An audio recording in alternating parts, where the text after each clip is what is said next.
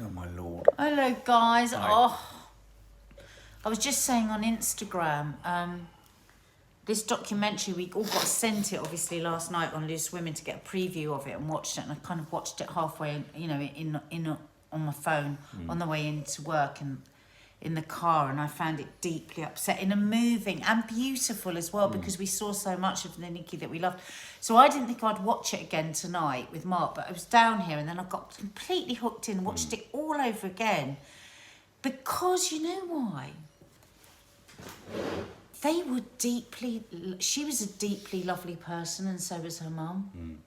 And I think the way that everybody spoke, her friends, these were just a group of really lovely people who loved an extraordinary person that had a fucking vicious, nasty mental health condition. God, anorexia nervosa is nasty. But I thought... Grabs people by the throat, it really does. I thought what was really unusual, in a sense, is I think we all have ideas and stereotypes and archetypes about people who suffer and struggle with certain mental health illnesses, addictions. It was interesting that the woman who was doing the psychotherapy with her was the woman on that Channel 5 series, wasn't it, In Therapy? When she asked the question, is this an addiction or is this an illness? Do you know what I mean? I thought what was revealing is the fact that we often characterise people who are struggling with these things as coming from unloving or unsupportive or difficult, families. And one of the things, admittedly, her mum said that, they were splitting. I think her and her husband, Nikki's father, were struggling in their relationship. But it doesn't matter where you come from. It doesn't matter what your experiences are. It's an illness. It's a disease. I'm actually talking to her mum today, because I spent quite a bit of time with her in the makeup room before we went on air. And she gets very frustrated with how some people still don't understand. Well, they still think it's a case of just eat something. Yeah. And she said, some people had said to her, just step away, And the thing is, I think some people still think that it's a spoilt brat thing looking for attention, and it's so complex, anorexia. Mark's mum worked for years on the anorexic unit, didn't she, in Tooting, and she was just heartbreaking, because her unit was very much sort of last stop, wasn't it? It's one of the most difficult addictive or compulsive illnesses that you can have, because there is, you don't even have this idea that even as a recovering alcoholic or drug taker, you try and put down the substance. The problem with anorexia is that you are the substance. Yeah. It's not even that the food or lack of food is the substance. I thought there was a really telling moment where, I can't remember who said it, that as soon as she wasn't, the ability to eat was removed from themselves to stop the vulnerability creeping in. I thought that was incredibly powerful. So this wasn't a choice. This was an absolute, like you wouldn't put your hand in a burning flame. It was the same thing. Yeah. And I think that is some part of it. When she said, I couldn't really look at myself in the mirror or have any confidence to go out unless I'm emaciated. Yeah. And she said, I'm really, really good at this. And her mum was really interesting. She was saying, because, she at 8 years old, she just stopped eating. She just stopped eating, and she took her to the doctors, and the doctor was like, oh, this is a faddy thing. Yeah. And then one day she was crawling up the stairs. She couldn't get up the stairs. She took her in, and she was saying to us today, Mum, she goes, I didn't really bring up NIKKI, because from 8 up until whatever age it was, she lost count of the amount 17, they said 17 rehabs. And she had to have a feeding tube going directly into her stomach. She wouldn't eat. Yeah.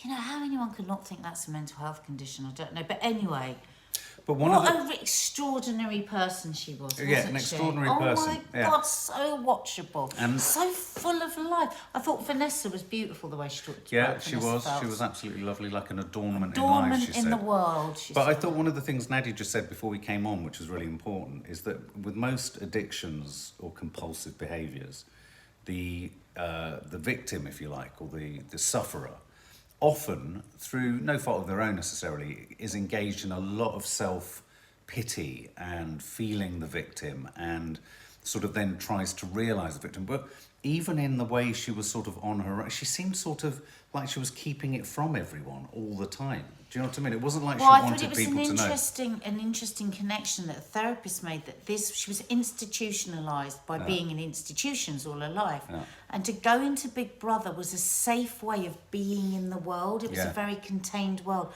So she was so joyful. Yeah. And she was incredibly smart because she had very little education, actually, if you think about how disordered her life was. And as the therapist said, you know, all the things, the normal, you know, things that people would go through, stages of life she didn't go through. And yet and maybe that was part of what made her, she had this incredible innocence, didn't she? Like a child, where she just said exactly what she thought. I did love that. Well, but interestingly, her therapist said that was as much about, in a sense, arrested development, because she hadn't been able to grow up and sort of understand the sort of the boundaries of where you don't behave like that and you should behave like that. And I mean, and I thought it was intriguing that, yeah, Big Brother operated like a rehab centre of sorts. I mean, interesting that she was, almost. she was the longest serving Big Brother, as in days spent within a Big Brother house. But on the flip side of that, which is interesting, is she obviously needed that control and that institutionalisation with people, because of course at the tail end of her life, we were all, in a way, institutionalised by lockdown, and we were all kind of kept in and held in a similar way to Big Brother, but on our own. And it's yet another reminder of how, without wishing to get political, but how everyone who observed the rules and regulations of lockdown like she did went deeper into their mental health crisis. I'm sorry, just off for a minute, but the fucking government talk about Partygate as a bit of piffle. And then there's...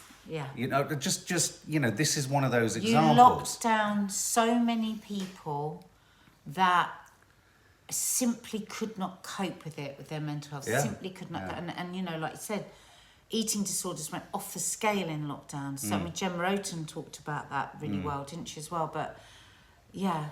You know, and here was someone on her own in a flat. All of her friends have said on that machine. Or can you imagine starving, hungry, on that machine?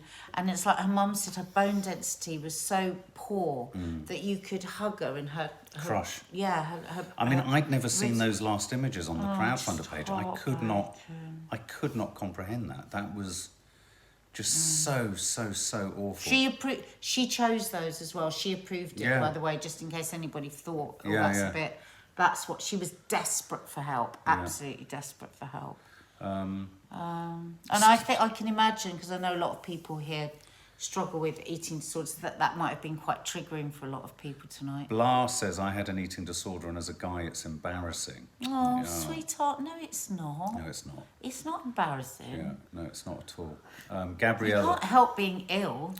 Gabrielle, it's weird how people don't think of obesity as seriously as anorexia when both disorders are not a choice. No, I mean, no eating I think disorder either is a way. choice. I think, you know, the thing is with anorexia, which we've looked into quite a bit, haven't we, when we've done our podcasts and stuff, what activists around that subject are calling for is that there is earlier intervention, because they ask for this BMI, whether it's obesity to be up here or whether it's anorexia to be here.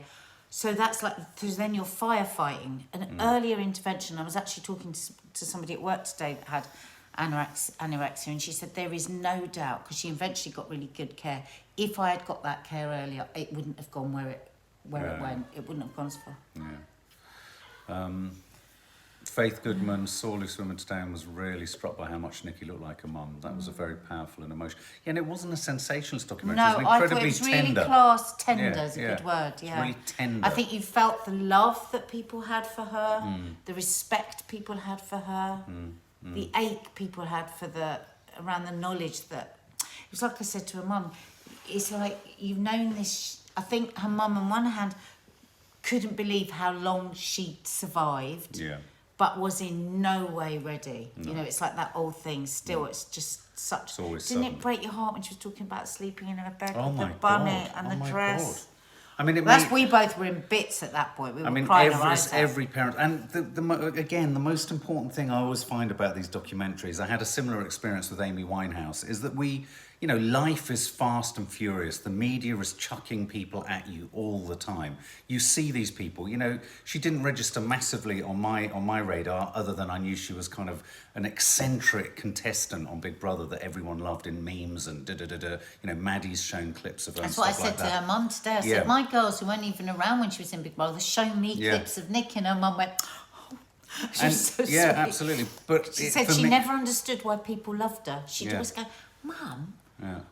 I don't understand it. Because she said I'd be out with her. And she goes, one of the last times I was out with her, an old lady came up to her, she goes, do you know what? I loved you from the first minute I saw you. And she was like, and she was saying Nikki was being really nice with this old lady and saying, oh, that's lovely, and doing a photo and everything.